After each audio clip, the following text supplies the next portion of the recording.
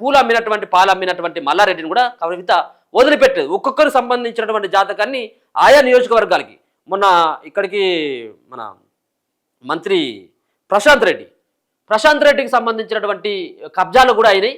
ఆయన చెరువులను కబ్జా పెట్టిన భూములను కబ్జా పెట్టిన అనేది ప్రశాంత్ రెడ్డి నియోజకవర్గానికి వెళ్ళినప్పుడు ఆయన కూడా బీఆర్ఎస్ పార్టీకి సంబంధించినటువంటి ఒక మంత్రి వర్గంలో పనిచేసినటువంటి వ్యక్తి ఆయన. సో ఆయన యొక్క బండారాన్ని కూడా బయటపెట్టింది. కేటీఆర్ది, హరీష్ రావుది, ఇప్పుడు ఉన్నటువంటి కొంతమంది ఎమ్మెల్యేలు. సో రోజుకొక సంబంధించినటువంటి ఏరియాకి వెళ్తే బీఆర్ఎస్ పార్టీని ప్రధానమైనటువంటి టార్గెట్గా కవిత ఎంచుకున్నట్టుగా మనకు స్పష్టంగా అర్థమవుతా ఉన్నది. ఎందుకంటే అలా ఉన్నటువంటి 10 సంవత్సరాల పాటు ఆమె పనిచేసింది కాబట్టి ఎవరు ఎక్కడ కబ్జాలు పెట్టిండ్రు, ఏ కబ్జాలు పెట్టిండ్రు, ఏ విధమైనటువంటి అవినీతికి పాల్పడ్డారు అన్నటువంటి చిట్ట కవిత దగ్గర ఉంది. కవిత పర్యటన పలానా దగ్గర వరంగల్లో పలానా ఏరియాలో వర్ధనపేటలో ఉన్నది అని అనుకుంటే, సో వర్ధనపేటలో పనిచేసినటువంటి టీఆర్ఎస్లో ఉన్నటువంటి ఎమ్మెల్యేకి గజ వణుకుతున్నాడు అక్కడ.